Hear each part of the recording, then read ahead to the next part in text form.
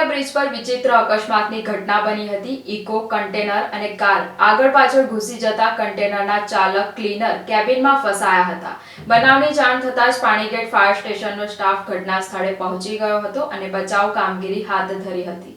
સદનસીબે કોઈ જાનહાનિ થઈ ન હતી। વડોદરા નજીકથી પસાર થતા હાઈવે પર અવારનવાર અકસ્માતની ઘટનાઓ સામે આવતી હોય છે। 2 દિવસ અગાઉ જ એક કાર પર કન્ટેનર પડતા 4 લોકોનો આબાદ બચાવ થયો હતો। ત્યારે આજે ફરી એકવાર વાઘોડિયા બ્રિજ પર ટ્રિપલ અકસ્માત સર્જાયો હતો, જેમાં 2 કન્ટેનર અને 1 બ્રીઝા કાર એકબીજા સાથે અથડાતા અકસ્માત સર્જાયો હતો। આ સમગ્ર ઘટનામાં એક કન્ટેનર ચાલક ફસાઈ ગયો હોવાનો કોલ ફાયર વિભાગને મળ્યો હતો અને તાત્કાલિક તેને બહાર કાઢી હોસ્પિટલમાં ખસેડવામાં આવ્યો છે। જોકે આ બનાવ બનતાની સાથે જ વડોદરા ફાયર વિભાગ અને કપુરાઈ પોલીસ મથકનો સ્ટાફ ઘટના સ્થળે પહોંચી ગયો હતો। આ સાથે જ અકસ્માતનો ભોગ બનેલા વાહનોને હટાવવાની કામગીરી પણ હાથ ધરવામાં આવી છે। સદનસીબે આ સમગ્ર ઘટનામાં મોટી જાનહાનિ ટળી છે। આ બનાવ અંગે પાણીગેટ ફાયર સ્ટેશનના સ્ટેશન ઓફિસર અમિત ચૌધરીએ જણાવ્યું હતું કે વડોદરા ફાયર કંટ્રોલ રૂમમાં કોલ મળ્યો હતો કે હાઈવે પર વાઘોડિયા બ્રિજ પર અકસ્માત સર્જાયો છે। ઘટના સ્થળે પાણીગેટ ફાયર સ્ટેશનની ટીમ અધિકારીઓ સાધનો સાથે પહોંચી ગયા હતા। સ્થળ પર આવીને જોયું તો એક ઇકો વાહન હતું અને 2 કન્ટેનર હતા। વચ્ચેના કન્ટેનરના ડ્રાઈવર ફસાયા હતા। તેઓને સહી સલામત બહાર કાઢીને હોસ્પિટલમાં ખસેડવામાં આવ્યા છે। આ ઘટનામાં કોઈ જાનહાનિ થઈ નથી।